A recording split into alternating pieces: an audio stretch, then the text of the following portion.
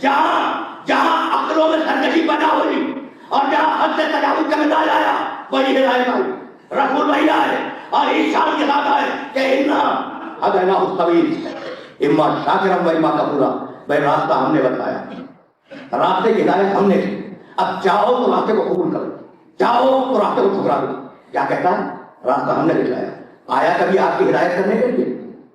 کہتا ہے کہ ہدایت میں نے کی سب کی اور کروائی ہدایت پیغمبروں سے، تو اگر غیر اللہ سے مدد مانگنا شرک یا بدعت ہوتا تو پہلا الزام خود اللہ پہ لگ جاتا ہے۔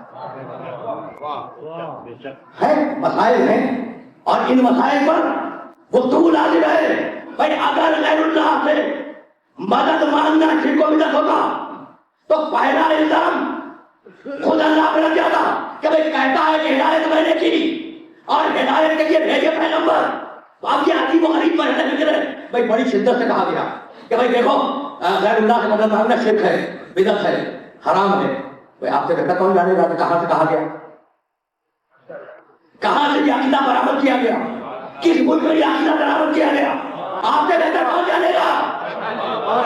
بڑی شدت کے ساتھ عقیدہ پھیلایا گیا کہ غیر اللہ سے مدد مانگو، یا رسول اللہ کہنا بدعت، یا رسول اللہ کہنا حرام، یا علی مدد کہنا بدعت۔ تو رسول سے مدد مانگے تو بدعت ہے، علی سے مدد مانگے تو بدعت ہے، اور امریکہ سے مدد مانگے تو عین واجب ہے۔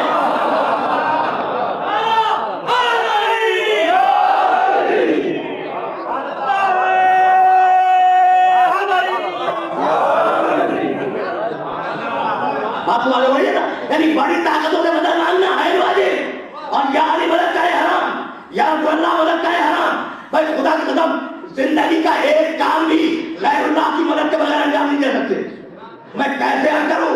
بھائی پانی مانگا، پیاس لگی پانی مانگا، غیر اللہ نے مدد دیا نہیں، حرام ہو گیا، شرک ہو گیا۔ اچھا بھوک لگی، گھر میں جا کے کھانا مانگ لیا، مدد تو غیر اللہ کی آ گئی، حرام ہوا یا نہیں ہوا؟ ملازمت مانگی، غیر اللہ کی مدد حرام ہے۔ بھائی ملا نے تعمیر مسجد کے لیے چندہ مانگا، بھائی غیر اللہ کی مدد آئی اور جب حرام ہوا تو جیسے ہی ہم نے اعتراض کیا اس نے پلٹ کے کہا اور خوب کہا کہ بھائی ہم کیا کریں، قرآن نے کہا تھا ایاک نستعین اور ہم نماز میں پڑھتے ہیں ایاک نستعین۔ مجھے یاد ہے کہ گزشتہ سال 3 جنوری کو چوتھی تقریر کے خلاف کرتے ہوئے میں نے یہ جملہ کیا تھا، ایاک نعبد پروردگار فقط اور فقط تیری عبادت، ایاک نستعین پروردگار فقط اور فقط تجھ سے مدد، کسی اور سے نہیں، کسی اور سے نہیں، رسول سے بھی نہیں۔ بھائی عبادت تو اللہ کی ہے نا، مدد سے بعد بات کریں گے۔ اب ہم اللہ کی عبادت جو عظیم ترین عبادت ہے وہ کرنے کے لیے کھڑے ہوئے، جس کا نام ہے نماز۔ اور نماز جب شروع کی تو اذان دی، اور اذان میں 4 مرتبہ اللہ اکبر کہنے کے بعد 2 مرتبہ کہا اشہد ان لا الہ الا اللہ، اور پھر کہا اشہد ان محمدن رسول اللہ۔ اقامت پہ آئے، اقامت پہ پھر کہا اشہد ان محمدن رسول اللہ۔ بھائی عبادت ہو رہی ہے اللہ کی، غیر اللہ کی عبادت ہو رہی ہے۔